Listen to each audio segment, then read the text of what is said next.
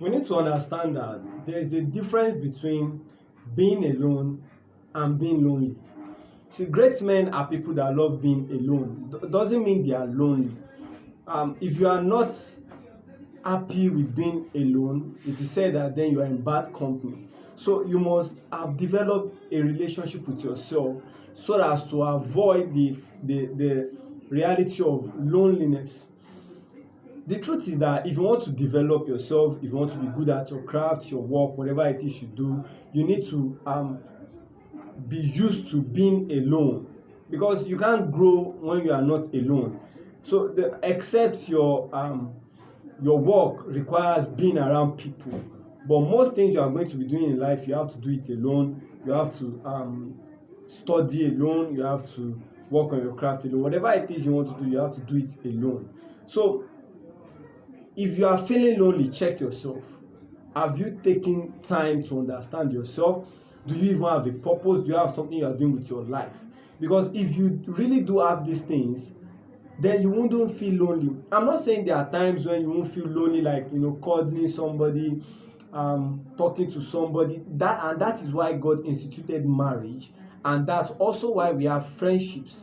I mean, right friendships. So because these are friendships that will then help you move forward, or then that help you to avoid the reality of being lonely.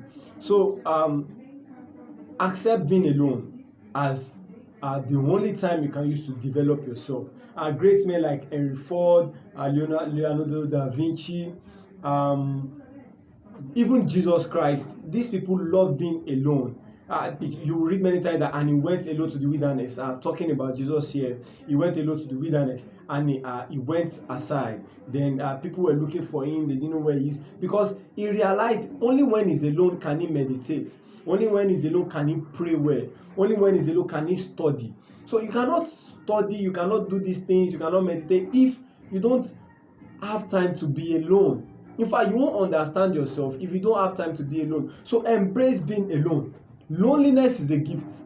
Doesn't mean you are depressed, doesn't mean you are sad.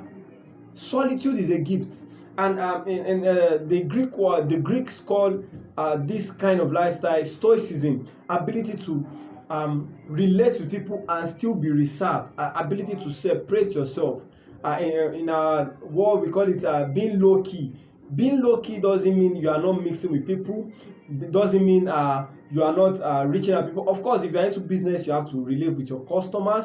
If you are a married person, you have to relate with your spouse. You have to relate with your kids. But then when they go about their duty, your wife goes about her duty as a wife, your children go about their duty as your children, or towards their career. When you are alone, this moment is the time for you to develop yourself. It's not the time for you to feel depressed. Maybe you traveled on a course, or you went somewhere for something, and you have to do it on your own. Doesn't mean nobody loves you, you are alone in the world. No, it's time for you to work on yourself, to read, to study, to work out. There are many things you can do with this time. Much importantly, use it to meditate. Meditation helps man to realize himself and helps us to know the mind of God. So I don't want you to see yourself as being lonely because you are alone. Being alone is a time for you to invest in yourself. Thank you.